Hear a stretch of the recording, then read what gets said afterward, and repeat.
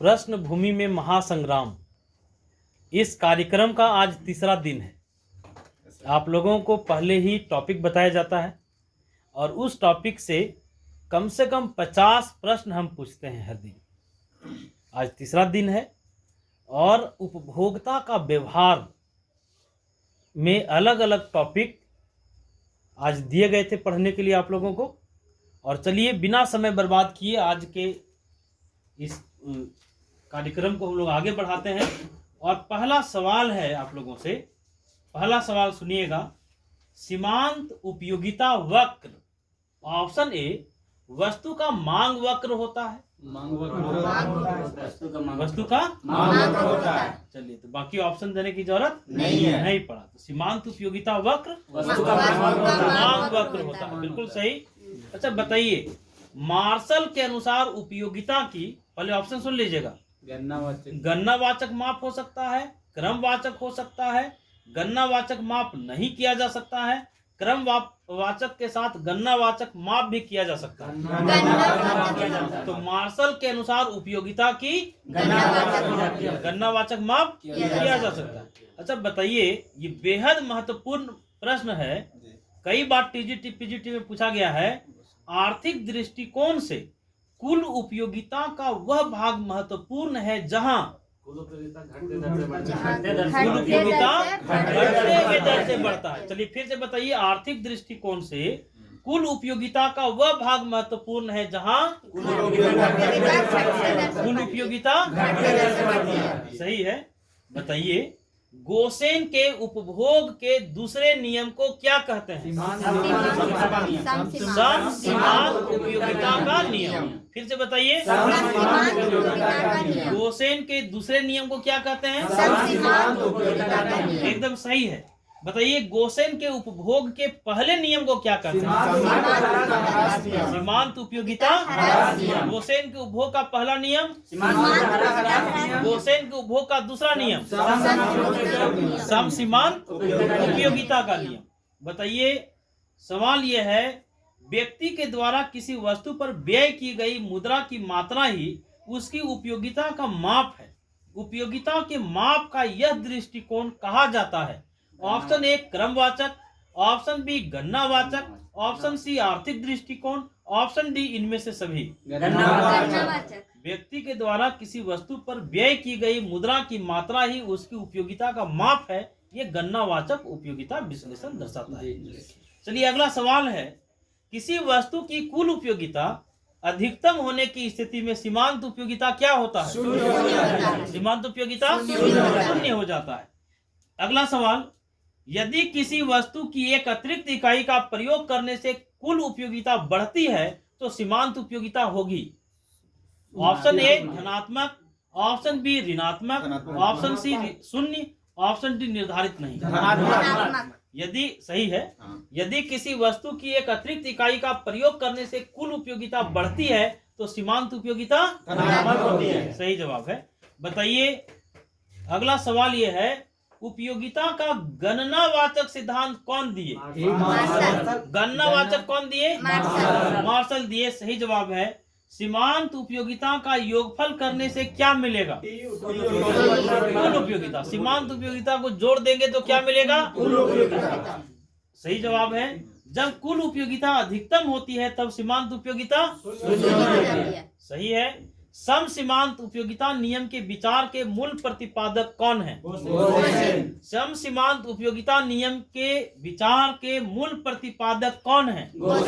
सही है। बताइए, उपयोगिता का क्रमवाचक सिद्धांत किसने दिया? हिक्स और फिर से बताइए, उपयोगिता का क्रमवाचक सिद्धांत किसने दिया? हिक्स और एलेन ने। सही जवाब है। सीमांत उपयोगिता ह्रास नियम के प्रतिपादक कौन है? गोसेन। सही जवाब है। बताइए, उपभोक्ता की सर्वाधिक संतुष्टि के लिए ऑप्शन ए वस्तु की सीमांत उपयोगिता उसके मूल्य के समान होनी चाहिए। यही सही हो जाएगा। वस्तु की सीमांत उपयोगिता उसके मूल्य के समान होनी चाहिए। देखिए, इस प्रोग्राम का मकसद ये है कि हम लोग पुराने पढ़े हुए चीजों को कई राउंड रिवीजन करें, आगे पढ़ें, नए तथ्यों को सीखें लेकिन पुराने चीजों को भूलकर नहीं, पुराने चीजों पर खूब कमांड बनाए रखना है। बताइए आप लोग, सम सीमांत उपयोगिता नियम को कहा जाता है? ऑप्शन ए उपयोगिता का नियम, उपयोगिता वृद्धि नियम, उपयोगिता ह्रास नियम, प्रतिस्थापन का नियम, इनमें से कोई नहीं। सम सीमांत उपयोगिता नियम को क्या कहा जाता है? प्रतिस्थापन का नियम। एकदम सही है, प्रतिस्थापन का नियम कहा जाता है। बताइएगा, उपयोगिता को न तो मापा जा सकता है, न ही संख्या प्रदान की जा सकती है। यह कौन सा दृष्टिकोण है? यह दृष्टिकोण है क्रमवाचक दृष्टिकोण। अच्छा, बताया जाए, सवाल यह है, बहुत अधिक उपयोगी होते हुए भी पानी का मूल्य कम होने का कारण क्या है?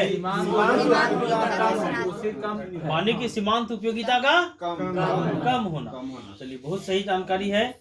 आप लोग बताइए, सवाल यह है, ऋणात्मक सीमांत उपयोगिता की प्रारंभिक अवस्था में, फिर से सुनिएगा, ऋणात्मक सीमांत उपयोगिता की प्रारंभिक अवस्था में ऑप्शन ए कुल उपयोगिता बढ़ती है, ऑप्शन बी कुल उपयोगिता शून्य होती है, ऑप्शन सी कुल उपयोगिता ऋणात्मक होती है, ऑप्शन डी कुल उपयोगिता धनात्मक होती है।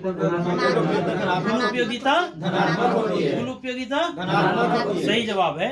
चलिए, अगला सवाल सुनिएगा, वैल्यू एंड कैपिटल पुस्तक कब पब्लिश हुआ था? वैल्यू एंड कैपिटल किताब कब पब्लिश हुआ था? इसके लेखक कौन हैं? हिक्स। वैल्यू एंड कैपिटल कब पब्लिश हुआ था? इसके लेखक कौन हैं? सबसे पहले कब और किसने उदासीनता वक्र का विचार प्रस्तुत किया? एजवर्थ ने कब? एजवर्थ ने कब? सही जवाब है। उदासीनता वक्र विश्लेषण की वैज्ञानिक व्याख्या करने एवं विश्लेषण को क्रमबद्ध आधार देने का श्रेय किन्हें दिया जाता है? हिक्स और उदासीनता वक्र की धारणा मान्यता पर आधारित है। ऑप्शन ए क्रमवाचक उपयोगिता विश्लेषण, ऑप्शन बी गणनावाचक, ऑप्शन सी दोनों, ऑप्शन डी इनमें से कोई नहीं।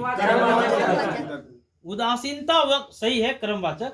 अगला सवाल, उदासीनता वक्र विश्लेषण नई बोतल में रखी पुरानी शराब है, यह कथन किनका है? जब उत्पादन के दो साधन पूर्णतः पूरक होते हैं तो समुत्पाद वक्र का आकार कैसा होगा? बोलिए होगा, फिर से बोलिए। जब उत्पादन के दो साधन पूर्णतः पूरक होंगे तो समुत्पाद वक्र का आकार कैसा होगा? भाई सही जवाब है। सामान्यतः तटस्थता वक्र मूल बिंदु की ओर उत्तर होता है क्योंकि सीमांत प्रतिस्थापन दर ऑप्शन ए बढ़ता हुआ होता है, ऑप्शन बी घटता हुआ होता है।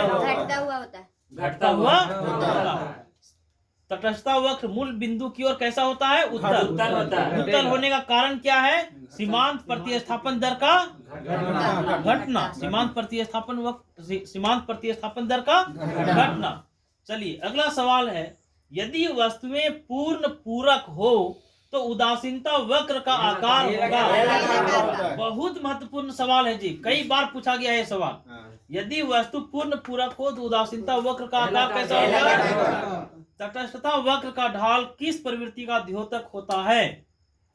तटस्थता वक्र का ढाल किस प्रवृत्ति का द्योतक होता है? ऑप्शन ए तकनीकी प्रतिस्थापन की बढ़ती हुई दर का, ऑप्शन बी प्रतिस्थापन की समान दर का, ऑप्शन सी प्रतिस्थापन की प्रतियोगी दर का, ऑप्शन डी प्रतिस्थापन की घटती सीमांत दर का। प्रतिस्थापन की और एक अंतिम सवाल पूछा जाए।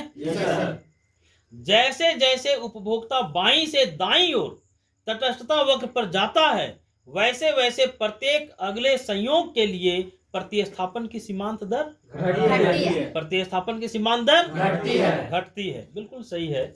और ये पहल हम लोगों को तब तक चलाना है जब तक आप पीजीटी का फाइनल परीक्षा नहीं दे देते हैं।